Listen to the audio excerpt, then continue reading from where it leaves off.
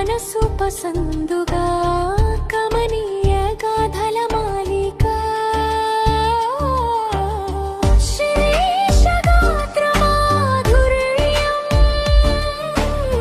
శ్రోతల మనోల్లాసం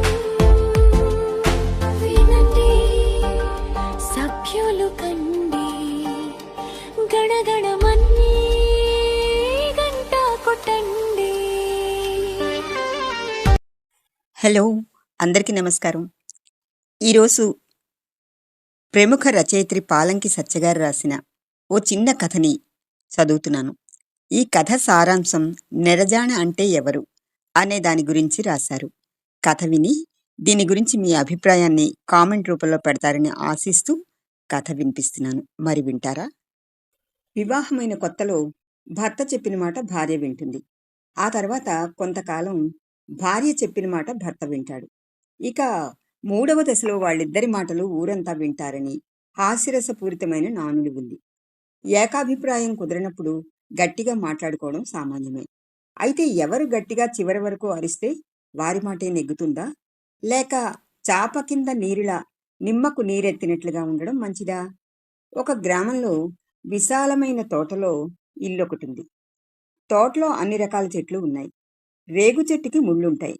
కంటక వృక్షాలు ఇంట్లో ఉండడం మంచిది కాదని ఎవరో వాస్తు శాస్త్రం చెప్తే విని ఇంటి యజమాని చెట్టు కొట్టించేయాలని అనిపించింది. భార్యకు ససేమిరా ఇష్టం లేదు. రేగు చెట్లు పూర్వకాలంలో అనైతిక కార్యాలకు అలవాలంగా ఉండేవి.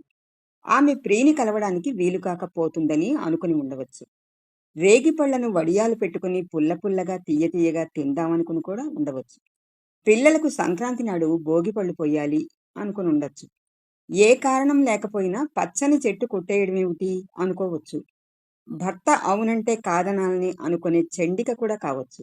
ఏమైతేనే ఆమెకు రేగు చెట్టు కొట్టడం ఇష్టం లేదు. కొంతసేపు వాగ్వివాదం జరిగింది. ఈమెను నేను ఒప్పించడం ఏమిటి, నేను ఈ ఇంటి యజమాని కదా అనుకున్న భర్త పనివాణ్ణి పిలిచి చెట్టు కొట్టేయమన్నాడు.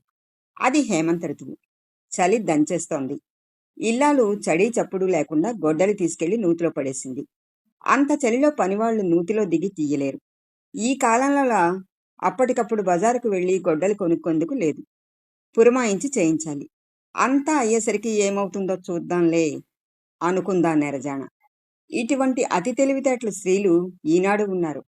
10 మందిలో భర్తకు మల్లెపూలతో పూజలు చేస్తూ ఏకాంతంలో మొట్టికాయలు వేసే పడతులకు కరువులేదు.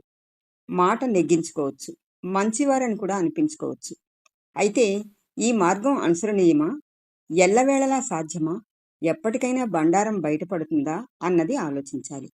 మనస్తత్వ శాస్త్రవేత్తలు అయితే తారాజువ్వల సంసారాల్లోనే దీర్ఘాయు ఉంటుందని రుజువు చేశారు. కొట్లాడుకుని అంతు తేల్చుకోవడమే మంచిదని వాళ్ళ అభిప్రాయం.